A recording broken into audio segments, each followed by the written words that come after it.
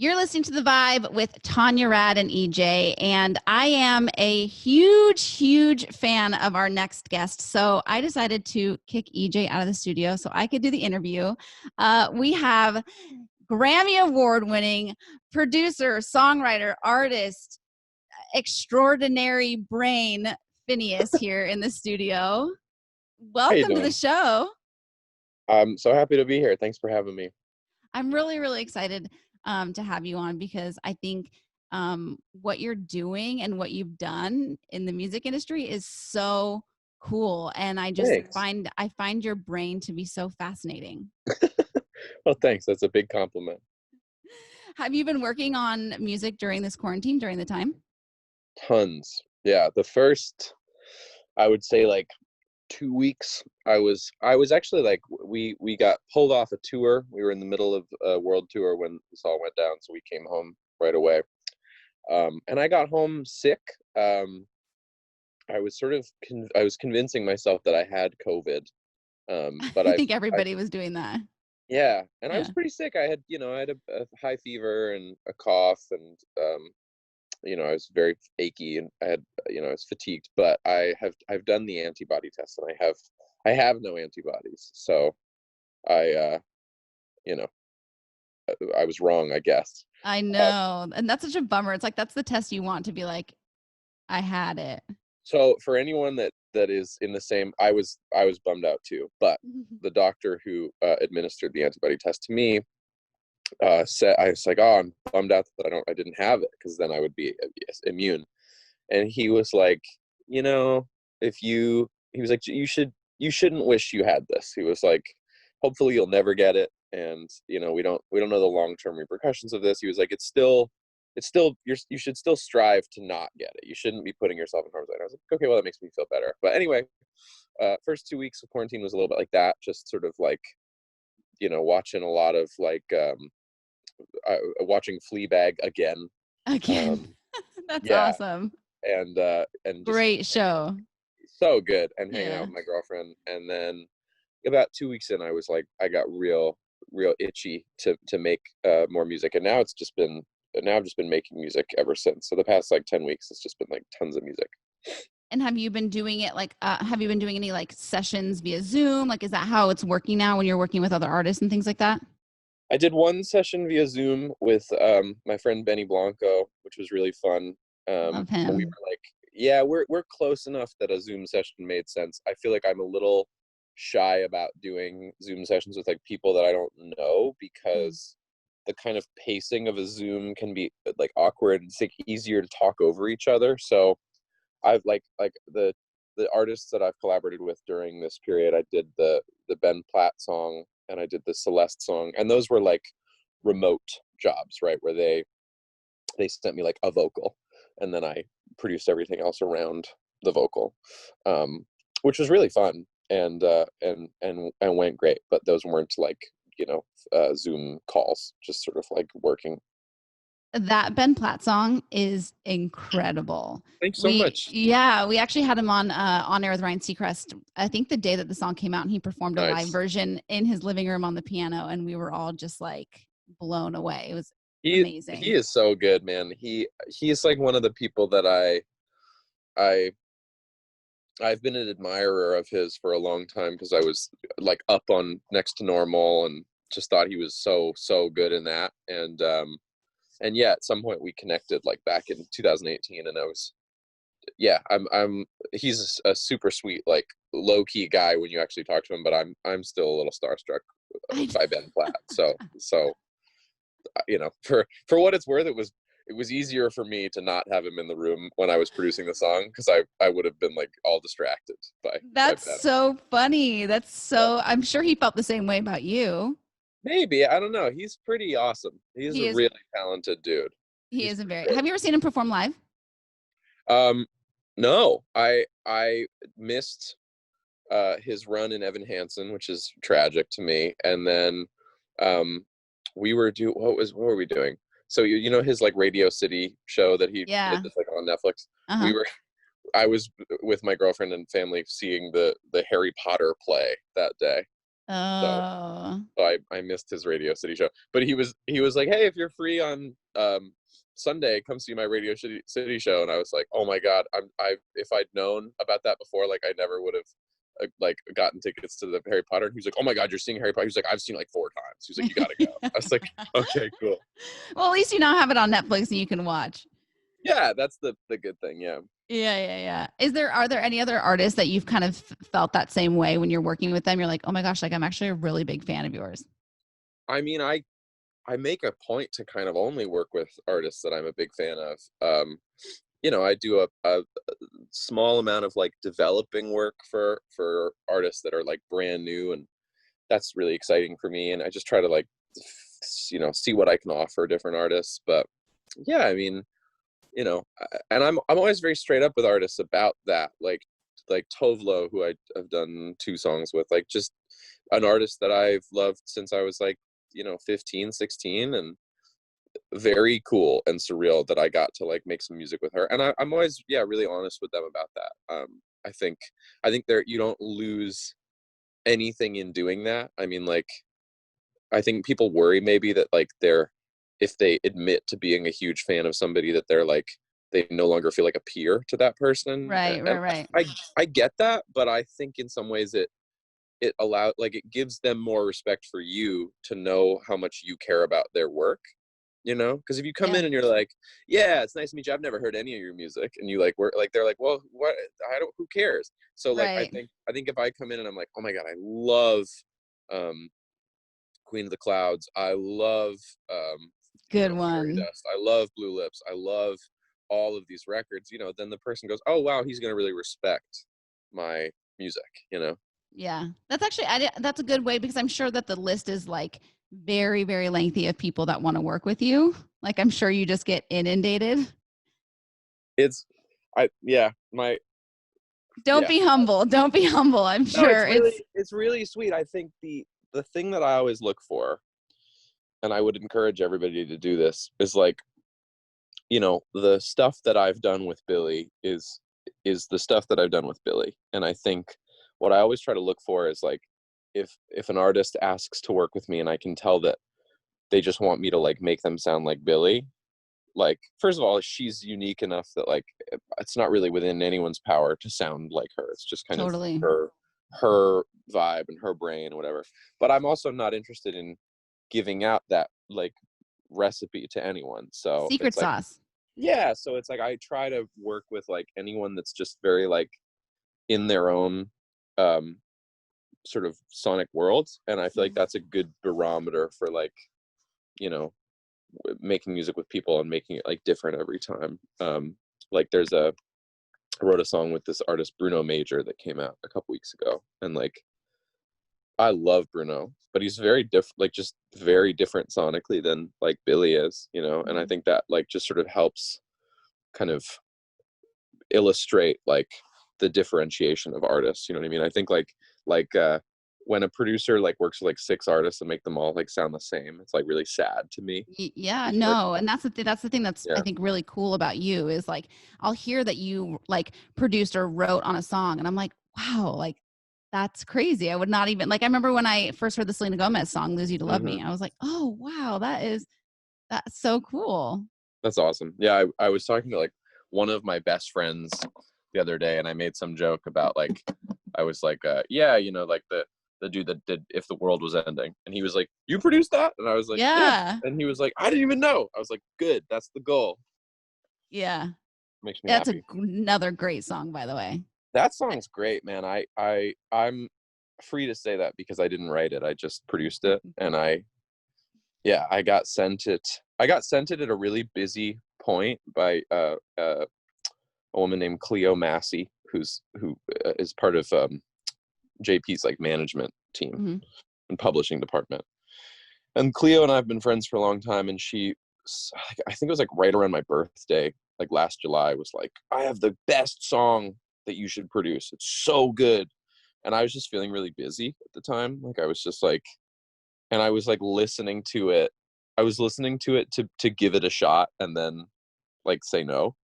Because I just didn't have time. You didn't have the bandwidth. I was like, I don't have time to do this. And I listened to it and it was that song. And I was just like, oh my God. I was like, I can't, like, I would be an idiot if I said no to this. The song is so good. Yeah, it's really good. Julia Michaels is another artist that I think is changing the game and in our industry. Like she's Pretty awesome. Sickly talented. She's great. And like, very like I applaud songwriters who are like unafraid to say words or phrases that are like not part of like the typical like songwriter pantheon catalog. Yeah.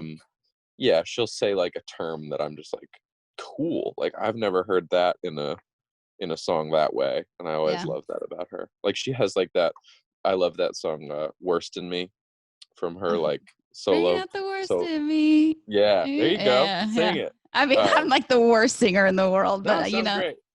But yeah, there are lines in that song that are like, you'd go out with your female friends and I'd be completely fine, or I'd be totally fine. There's just things that she says where I'm like, oh wow, I don't know that I've heard someone like put it that it's very like, outside the box. Yeah, bluntly before. Like she just kind of like straight down the middle, which is I really like. And so I want to talk about your debut EP because that's major. Thank you. Major. And like, I already need more. So Blood Harmony is out now. And you said you've been working on new music. So I feel like we're only going to get more and more from you. This is true. Yeah. I mean, going into quarantine in March, I felt like I had like a pretty clear like first half of like that was my EP that I put out in October, and then I'm trying to work on like a full length album, and I felt like I was like halfway through it in March, and then the whole world kind of changed, and I think I had I felt a real responsibility to, like, I didn't have any music that was like already scheduled to come out, and so I wasn't beholden to any of it, and I was like, I think maybe I'll sort of like, worry about putting out a song or two in the next couple months, but I was like, I think I've got to like take this in and like live through this all, and then and sort of like internalize it and let that be part of this record. I just didn't want to make, like, it's going to be a weird period of like TV shows and movies and albums and books. Like the next couple years is going to be weird because everyone is going to have to make the choice to either like acknowledge this thing we're all living through and in a couple years that we have lived through, or they're gonna have to like pretend that it didn't happen. It's all just gonna be very strange, you know what I mean? And so I think like, to me, it's about like making the choice to like, that's a part of my life, it's a part of everybody's life. I'm gonna acknowledge Embrace it in a kind of like, I don't know that I'll write a song with like lyrics like quarantine in them, but like I think I'm gonna, it's gonna be an album that like wouldn't exist without that. But yeah, a lot of stuff. There's a song like very ready to go that we're figuring out the right time to put it out. Well, I'm like obsessed with Let's Fall in Love for the Night. I actually put it on. I went to Santa Barbara. This was like pre-quarantine in February, I believe. Got it. And I put it on my like drive to Santa Barbara playlist, and like we didn't stop. Like we just kept putting it on repeat the whole time. Like I think we probably made it all the way to Santa Barbara listening to just that song. Were you like, was it like were you PCH? Where were you driving to Santa Barbara? The 101. Okay, got it. I mean, the 101 is, I feel like that's like that's where that song is like meant to be played. But yeah, I was gonna say, but then once you get like into Santa Barbara, then you have like that ocean view for quite some time. Better. Yeah. And it was really funny because I was driving, awesome. I was going with my boyfriend, and he was just like, "Are we gonna just listen to this one song?" I was like, I feel like that the internet has taught me that most people do the same thing that you and I do, which is like rinse a song that we like. Like I'll just like I remember when the Strokes' new album came out, they had this single called "At the Door," and like I just would listen to that for like whole drives. I just love that song. That makes me feel better because a lot of people think I'm like a little loony for doing that, but I'm just like, when there's something new that I'm like obsessed with, I just want to like just have it on repeat constantly. Yeah, there's some meme that's like, oh my God, I love this song. Let me listen to it 58 times in an hour until I hate it. But I never get to the hate it part because I'm still listening to it. That means you have the right job. Totally have the right job. totally have the right job. And then I was watching the music video and it said that you did that all in one take. It's true, yeah. But how many takes did you have to do to get that? That one we did a bunch of takes. I think we did like 10 full takes. Oh, that's not bad. I was thinking you were going to say like 100. Well, the benefit is like it's a very specific time of day. It's like right at dusk. So you only really have like 45 minutes of that. So we just did take after take after take for like 45 minutes. It was really fun. I love that team. It's this director named Sam Bennett and this choreographer named Monica Felice Smith. And they're just great. They just really like have great ideas. They execute them well. We've done the last like 4 videos together, I think. Break My Heart Again, Lost a Friend, Shelter, and then this one. It's really fun. Yeah, it was really beautifully shot, and it was in downtown. Yeah, like you were on a roof of downtown LA. Yeah, it was on a roof of a building I'd like never been to, but yeah, that sort of famous LA skyline was fun. Yeah, It was a really cool. Phineas has some moves. I love one take stuff because I like, between you and me, like I don't really like making videos very much. Like I love, like, I'm like a studio rat. I love being in the studio. I love recording all day. I love like producing and mixing, and like being on set. There's so much time like spent like waiting for cameras to get set up and like waiting for the light to be right, and like, okay, we did our take, all right, let's reset. It always takes like 10 minutes to reset.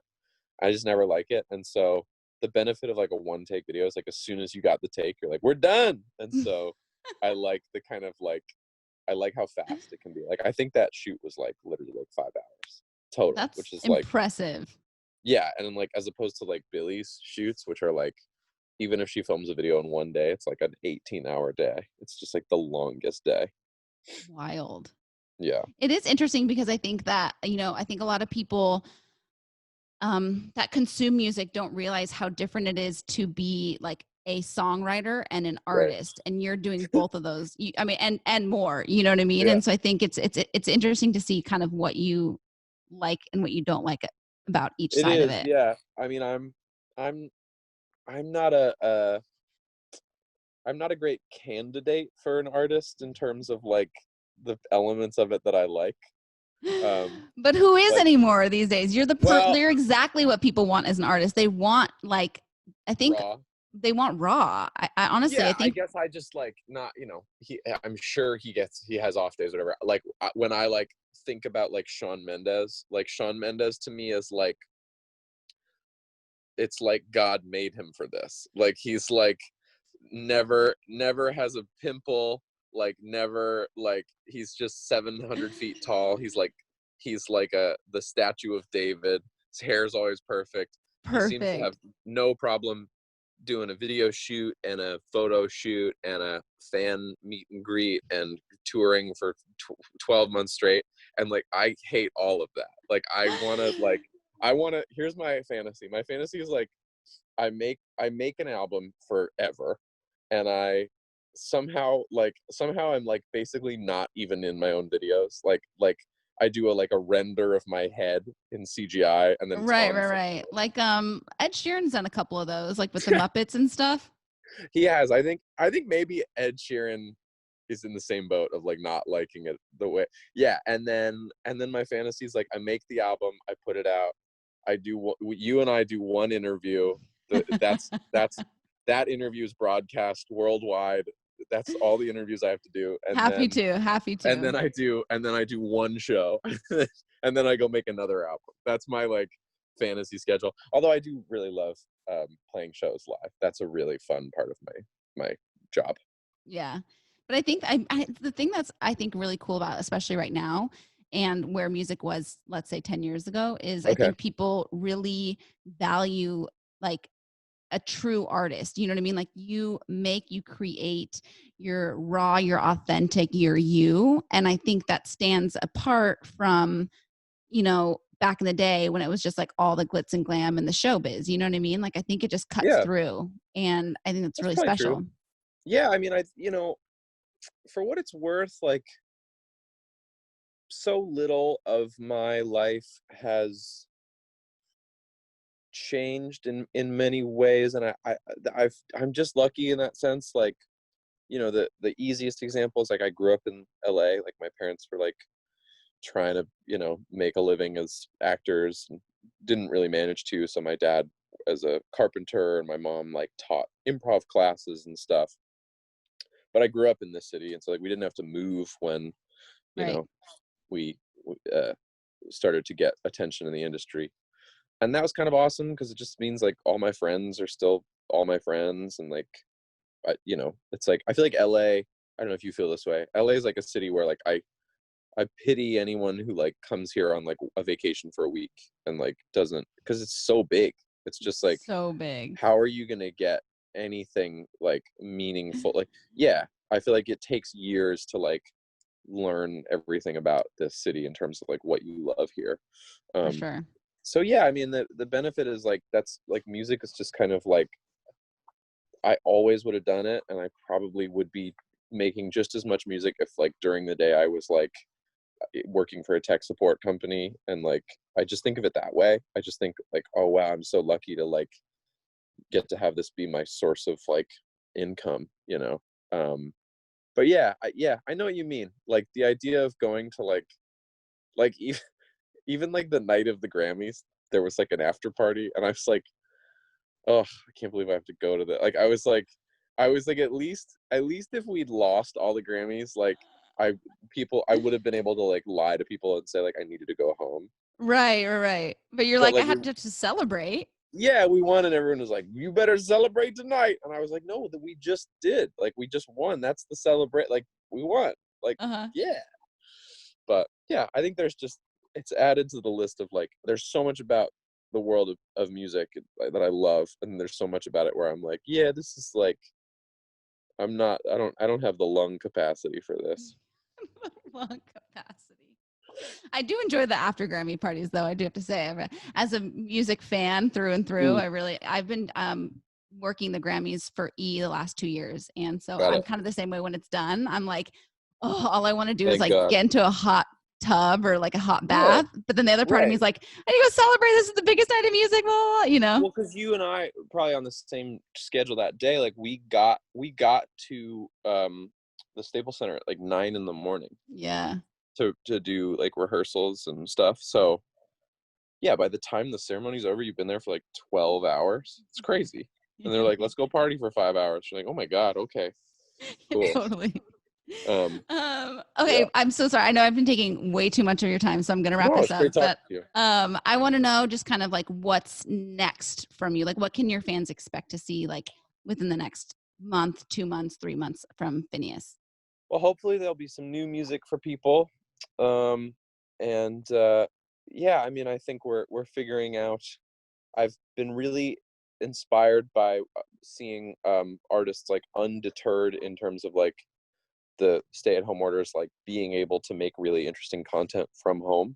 Mm-hmm. And so I'm very inspired by that. So hopefully new music, new content to support that. Yeah, just something to kind of like I've really enjoyed in this last couple months, like when an artist like puts out, you know, something new that I can like enjoy, that feels fresh. Like there's only so many times you can rewatch The Office. So that's my goal, is to like keep people engaged and entertained. I mean, right now, you know, my focus is like 100% on like the Black Lives Matter movement. So Mm-hmm. I don't really have any mental room for anything else. But Yeah, I you hear know, you. as milestones are accomplished, and you know, we really sort of achieve the change that we're all looking for, like I'm sure there'll be room again for at least some percentage of my platform to, you know, have some music involved. Yeah. It's a balance, but it's a Yeah, very important, and I'm happy to hear you say that because I think collectively seeing everything that we can accomplish together is like pretty incredible. pretty awesome. I'm feeling really inspired. I think that, you know, the reason why there are protests is heartbreaking and depressing and you know, all consuming. And I think the reality of the protests and of how many people are using their voices right now in a positive way and asking for positive change and reform is very inspiring to me. So it's ended up sort of like causing me to feel very like overwhelmed with like hope in a way that I don't know that I have in the last couple of years. So I feel very hopeful. That's awesome. Thank you. Seriously, I cannot thank you enough for taking the time Great talking to you. Talk to me today. Thank you guys so much. If you want to check out Finneas' debut EP, Blood Harmony, is out right now, and the single Let's Fall in Love for the Night. It's amazing. Trust me. Had it on repeat for a full 2-hour drive. Awesome. I apologize to your boyfriend. That's a lot of time to listen to. He's good. Okay, cool.